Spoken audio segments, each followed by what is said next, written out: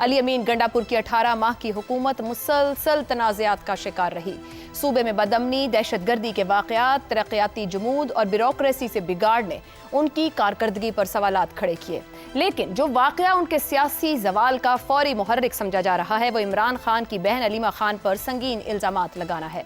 گنڈاپور نے دعویٰ کیا ہے کہ علیمہ خان کے بعض حلقوں سے رابطے ہیں اور پارٹی قیادت پر اثر انداز ہونے کی کوشش کر رہی ہیں۔ جواب میں علیمہ خان نے نہ صرف ان الزامات کی سخت تردید کی بلکہ گنڈاپور پر سیاسی سازش کا الزام لگایا۔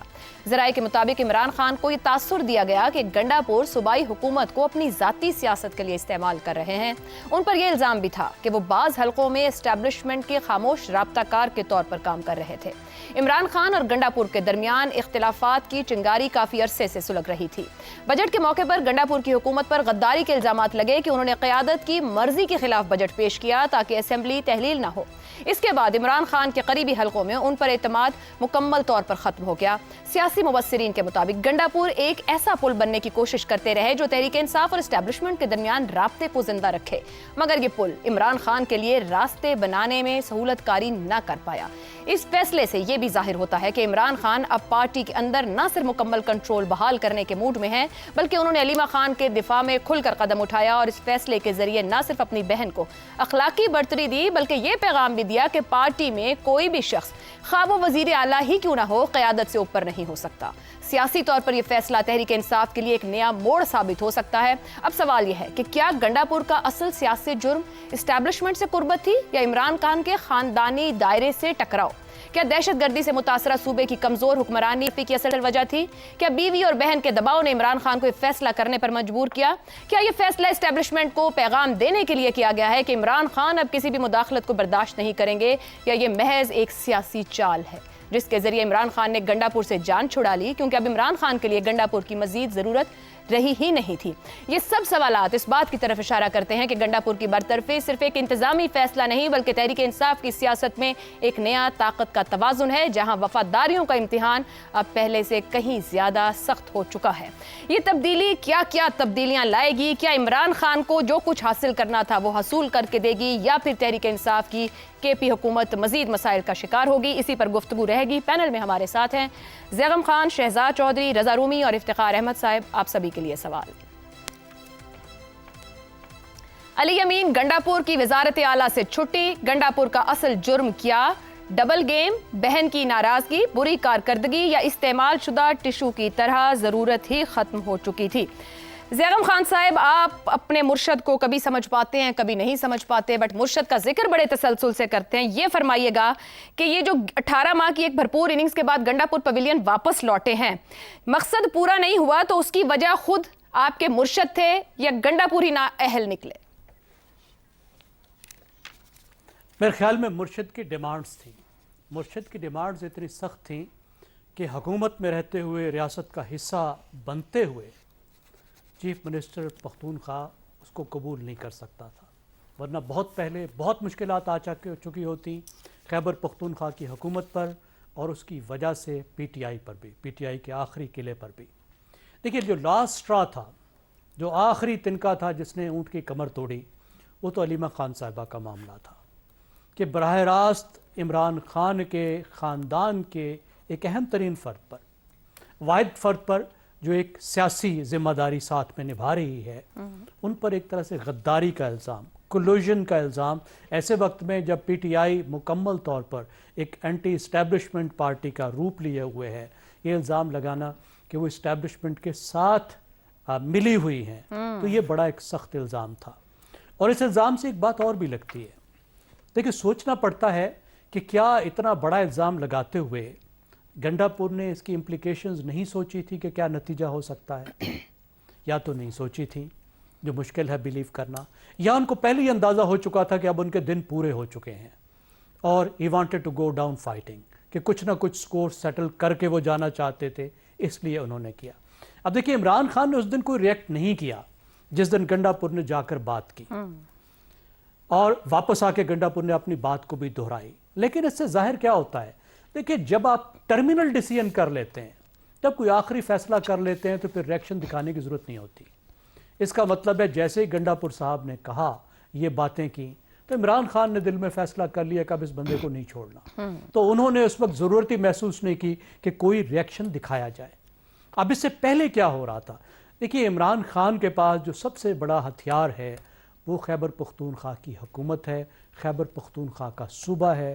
عمران خان اس کو لیوریج کرنا چاہتے ہیں حکومت کے خلاف، مقتدرہ کے خلاف، کیونکہ عمران خان فاسٹ بولر ہیں، ان کے ہاتھ میں جو بھی چیز آتی ہے وہ اٹھا کر مارنے کے قائل ہیں، نو ہولڈز بارڈ فائٹ کے وہ قائل ہیں، عادی ہیں۔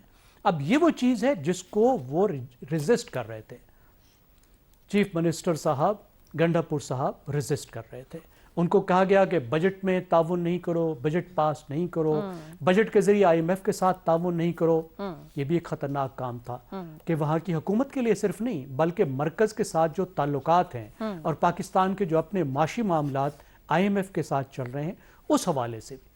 اس سے زیادہ خطرناک مطالبہ کیا پچھلے دنوں مسلسل آ رہا تھا کہ دہشت گردی پر مرکزی حکومت سے تعاون نہیں کرو۔ زیغم صاحب، قطع کلامی کی معذرت، یہ معاملہ ابھی بھی وہیں کڑا ہے۔ سلمان اکرم راجہ نے جو باہر آ کر گفتگو کیا، بڑا واضح کہا ہے کہ خان صاحب کا پیغام ہے کہ صوبائی حکومت KP وفاقی حکومت کے فیصلوں سے فاصلہ اختیار کرے اور واضح اعلان کرے۔ یہ معاملہ اگلے وزیر اعلیٰ کے لیے بھی وہیں پہ موجود ہے۔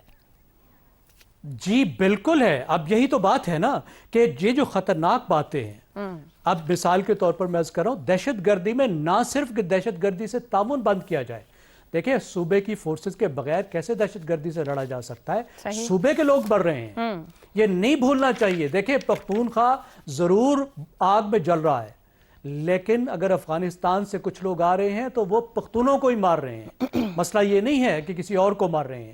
تو یہ کہنا کہ تعاون نہیں کرو، دہشت گردوں کے خلاف تعاون نہیں کرو، اس کا مطلب کیا ہے؟ دہشت گرد وہاں قبضہ کر لیں، اور صرف یہ نہیں، فورسز کے خلاف FIR درج کراؤ، دہشت گردوں سے بات چیت کرو، دہشت گردوں کے جو پیٹرن ہیں افغانستان میں بیٹھے ہو ان سے بات چیت کرو، اور فورسز کے خلاف FIR درج کراؤ۔ اس کا کیا مطلب ہے؟ مطلب سوچ کر بھی انسان کو ایک ہول آتا ہے، تو ریسیپی فار ڈیزاسٹر ہے۔ اور یہ وہ توق ہے، یہ وہ تمغہ ہے جو اب اگلے چیف منسٹر نے اٹھانا ہے۔ کیا وہ اس کو پورا کریں گے؟ تو اس طریقے سے کیسے صوبہ چل سکتا ہے؟ میرے خیال میں یہ سارا تو معاملات بہت خطرناک ہوں گے، پاکستان کے لیے بھی مشکلات ہوں گی، خیبر پختونخوا کے لیے بھی اور PTI کے لیے۔ ٹھیک ہو گیا، درست ہے۔ افتخار صاحب، گنڈاپور صاحب کی جو چھٹی ہوئی ہے، کچھ آپشنز ہم نے رکھی ہیں کہ آخر ان کا جرم کیا تھا۔ انہوں نے پوری کوشش کی وہ عمران خان کے ساتھ لوائل رہیں، جو کچھ وہ کہتے رہے اس حساب سے چلتے رہے، وفاق کو چیلنج کرتے رہے۔ بس یہ ہوا کہ وہ جو VIP ٹریٹمنٹ مانگ رہے تھے وہ سہولت ان کی بند ہو گئی، وہ ان کو نہیں وہ پہنچا سکے، باقی انہوں نے اسی حساب سے چلے۔ آپ کے خیال میں گنڈاپور یہاں پہنچے تو کوئی ایسی بات نہ مان کر جو کہ بڑی اصولی تھی، یا پھر وہ خاندانی سیاست کا یہاں پر ایلیمنٹ نظر آتا ہے جس پہ بہت زیادہ بات ہو رہی ہے کہ وہ ناراضگی بھی زیغم صاحب نے بھی کہا ہے کہ لاسٹ سٹرا ثابت ہوئی اس پورے معاملے؟ لاسٹ سٹرا خاندانی ہوئی، علیمہ خان والی، یہ بالکل حقیقت ہے۔ دوسرا، کیسے ایک وزیر اعلیٰ جو ہے وہ وفاق کی بات کو انکار کر سکتا ہے جہاں تک پاکستان کی سرحدوں کا مسئلہ ہو؟ نہیں کر سکتا۔ کون سا وزیر اعلیٰ ایسا ہوگا جو وفاق سے بالاتر ہو کے فارن پالیسی کا فیصلہ کرے؟ کوئی نہیں کر سکتا۔ یہ عجیب باتیں کر رہے ہیں۔ اور کون ایسا چیف منسٹر ہو سکتا ہے جو انٹرنیشنل ڈیسیژن ہے کہ جو یہاں پہ مہاجرین تھے اور وانٹڈ نہیں ہیں، لیگلی نہیں ہیں، they have to go back, اور اس کو بھی نہ مانے؟ کون سا ایسا چیف منسٹر ہو سکتا ہے کہ جو ایسی باتیں مانے کہ کسی کو وہاں پہ زندہ رہنے کا حق ہی نہیں ہونا چاہیے ماں سوائے ان کے؟ کون سا ایسا چیف منسٹر ہوگا جو کہے گا بجٹ میں پاس نہیں کرتا؟ کون سا ایسا چیف منسٹر ہوگا جو ایسی باتیں مانے کہ ان کے سارے جو لوگ وانٹڈ بائی دی کورٹس ہیں، جن کو سزائیں ہوئی ہیں، ان کو پروٹیکشن پرووائڈ کرے؟ یہ ممکن نہیں ہے۔ چلے، بالکل صحیح کیا گنڈاپور نے، اور یہ جو نوجوان آیا ہے، زندگی میں پہلی دفعہ اس نے الیکشن لڑا وہاں سے، اور یہ بھی خیبر سے اس کا لڑکے کا تعلق ہے، گھڑیال کے نشان پہ الیکٹ ہوا ہے۔ اب دیکھتے ہیں اس کا گھڑیال کتنا عرصہ چلتا ہے، اور جو باتیں اس نے کی ہیں وہ ویسی کی ہیں جیسے بطور انصاف یوتھ فیڈریشن کے صدر کے طور پہ یہ وہاں پہ تقاریر کرتا تھا۔ ایک فرق محسوس کر لینا چاہیے، ریاست کو چلانا، صوبے کو چلانا اور جذباتی تقاریر کرنے میں فرق ہے۔